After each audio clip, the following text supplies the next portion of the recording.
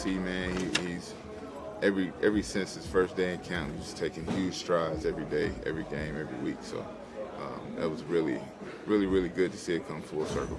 Speaking of young guys, Adrian Martinez, he's been out there with the practice squad, but if Mac Jones and Brock Purdy both can't go, how confident are you in him? Yeah, I'm confident in anybody that Cal chooses to line up with, because I know what they put in to, the scouting department and bringing people in. So I know that anybody that makes it to that huddle is vetted.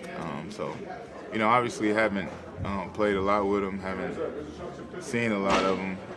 So, obviously I'm just going off of trust of, him being an NFL player and being able to get his job done, because, it's the next man of the league, and that's really the trust you got to have, You and the Bucs have been in one-score games every week this season. Their 4 wins are all last-minute fashion. I don't think you guys need a reminder in playing all 4 quarters, but I mean, with the Bucs, is that more emphasized and more alert because of it? No, we've had to play all 4 quarters every single football game. So, even 5 quarters you count the Rams. So, ain't no emphasis on that. I think we are expecting a dogfight. I know they're expecting a dogfight. So, this game will have a life of its own once we kick it off on Sunday. When you tap into your experience that you've had in all these years in the league, it feels like things are closer now, game to game, than they ever have been. Is that kind of a true reflection right now? Yeah. I think the league, everything is starting to even out. I think we've been seeing it the last few years, but there's no easy outs. Schedules, none of that matters. There's good players, there's good coaches on every franchise in the NFL, and you can see it with the final scores. You can see teams that you don't expect to win coming out with a win or making things close, or so yeah, the NFL I think is producing a really good product. It's stressful to play a 4-quarter game that comes down to the last play, but I know that fans love it, and I know that it does a lot for the game.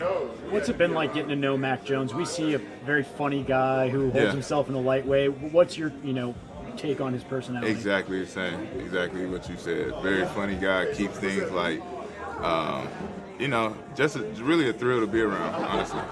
Alfred Collins told me earlier that he's got a Texas shirt waiting for you, Red River Rivalry this weekend. Say that 3 times fast. Yeah, Red River Rivalry. You got anything going with him this week? I got a box of OU stuff right there, 3X, so I think it's going to fit him just nice. So, we're gonna get him all Boomer Sooner down. I don't know where he get all this faith in the Texas team right now, so I'm going to take advantage of it. To kind of go back to Mac Jones, to see him, he was out there, pants falling down, he was heaving. He was having a hard time, but he was fighting through it and still had a pretty good game. You guys get the win, as he's done every time he started. What did that almost cement him into the minds of the vets here, especially as that much tougher of a player, or did you guys know that he was that way when you got out there?